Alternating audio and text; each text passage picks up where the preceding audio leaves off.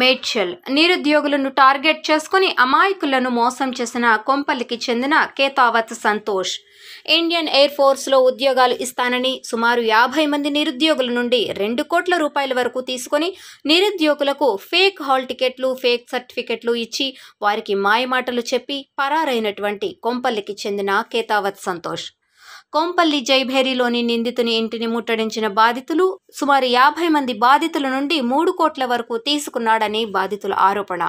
ఫిర్యాదు అందిన తర్వాత దర్యాప్తు చేస్తామని తెలిపిన పేట్ బషీరాబాద్ ఎస్ఐ ప్రవీణ్.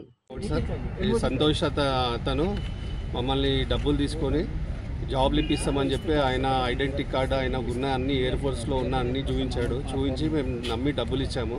డబ్బులు ఇచ్చాక ఎగ్జామ్ రాయించి హాల్ టికెట్ ఇచ్చాడు, ఎగ్జామ్ రాయించాడు, పోలీస్ వెరిఫికేషన్ చేయించాడు, మెడికల్ రిపోర్ట్ తీసుకొచ్చాడు గాంధీ హాస్పిటల్ నుంచి.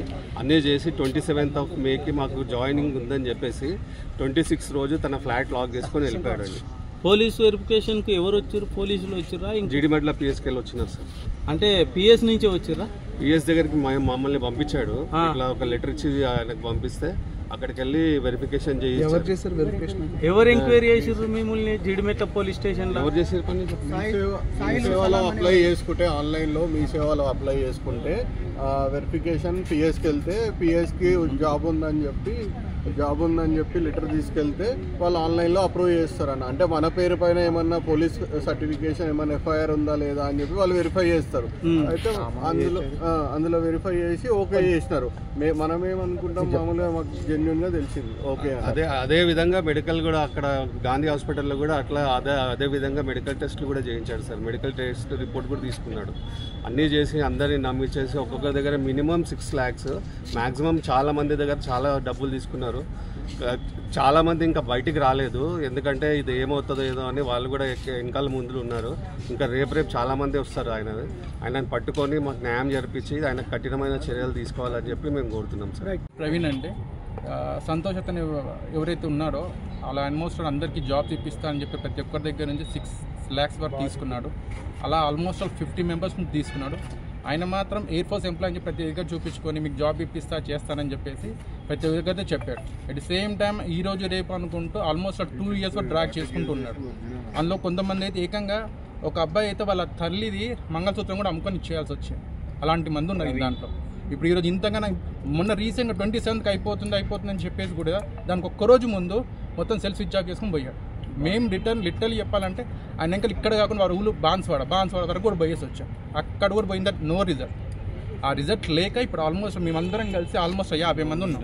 ఆ 50 మంది కలిసి ఇక్కడ పొల్యూషన్కి వచ్చి కంప్లైంట్ చేయాలని చేస్తాం. అతను మీకు ఎట్లా పరిచయం? అతను హౌసింగ్ లోన్ కావాలని చెప్పి వచ్చాడు. హౌసింగ్ లోన్ కావాలని చెప్పి ఆ టైంలో ఎయిర్ ఫోర్స్ మొత్తం ఐడి తర్వాత పేస్లిప్ అన్ని ఇచ్చాడు. ఇచ్చిన తర్వాత దాని మీద లోన్ చేయించిన తర్వాత ఆయన మంచిగా ఓకే మొత్తం అన్ని వెరిఫికేషన్ అయిపోయింది ఓకే అని చెప్పి అన్నారు. ఆ లోన్ వచ్చిన తర్వాత జెన్యూన్ పర్సన్ అనుకున్నాం. సరే ఇట్లా మా దాంట్లో ఈ రిటర్న్ టెస్ట్లు ఉన్నాయి. ఆ రిటర్న్ టెస్ట్ రాసిన తర్వాత జాబ్స్ వస్తే కాకపోతే బ్యాక్గ్రౌండ్ ఒక 6 lakhs కట్టన్నారు. రిటర్న్ టెస్ట్ రాపిచ్చాడు. తర్వాత హాల్ టికెట్ ఇచ్చాడు, పోలీస్ వెరిఫికేషన్ చెప్పారు, మెడికల్ టెస్ట్ కూడా చేయించాడు. ఇవన్నీ చేయించిన తర్వాత ఎవరైనా ఓకే అని చెప్పేసి అనుకున్నారు. కాకపోతే అవన్నీ చేసిన ఈరోజు 2 days బ్యాక్ ఒక వన్ వీక్ బ్యాక్ తర్వాత తెలిసి ఈజ్ ఫ్రాడ్ అని చెప్పి తెలిసి. ఇన్ఫ్యాక్ట్ అక్కడ ఏరియా ఉన్న కౌన్సిలర్ కూడా ఈ అబ్బాయి సంతోష్ కదా ఎయిర్ ఫోర్స్ అని చెప్పి ఆయనకు కూడా తెలియదు. చుట్టుపక్కల అంత పేరుంది.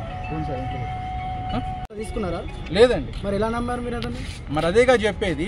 ఐడెంటిటీ కార్డ్తో సహా మొత్తం చూపించిన తర్వాత మొత్తం ఆయన చూసిన తర్వాత ఓకే అన్న తర్వాతనే కదా నేను ఒక్కనే కదా నాతో పాటు ఒక 50 members ఉన్నారు.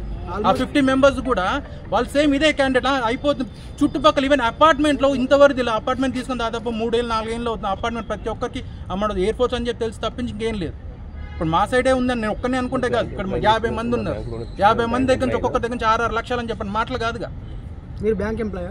నేను బ్యాంక్ ఎంప్లాయ్ కదండి, ఒకప్పుడు బ్యాంక్లో ఎంప్లాయ్. ఆయన నా దగ్గరకు వస్తే నాకు తెలిసిన వాళ్ళతో నేను ఇప్పించాను.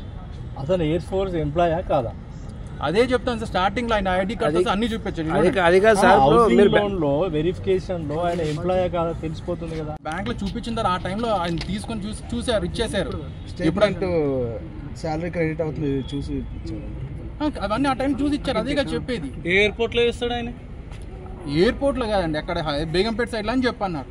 సో ఇన్ఫాక్ట్ చెప్పండి, నేను లోపలికి వెళ్ళి చూసిందే చేసింలేదు. ఆ టైంలో చేసుకున్నందుకు ఇప్పుడు అది నమ్మినందుకు మేము ఇంతమంది మోసపోయాం. అదే ఏదన్నా ఎయిర్పోర్ట్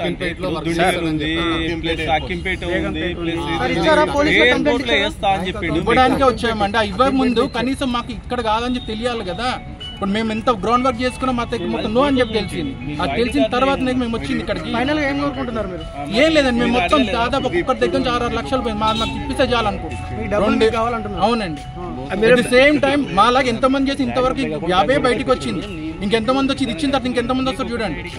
పనిష్మెంట్ కూడా పర్ఫెక్ట్గా ఇవ్వాలి సార్. ఎందుకంటే ఎందుకంటే మా దగ్గర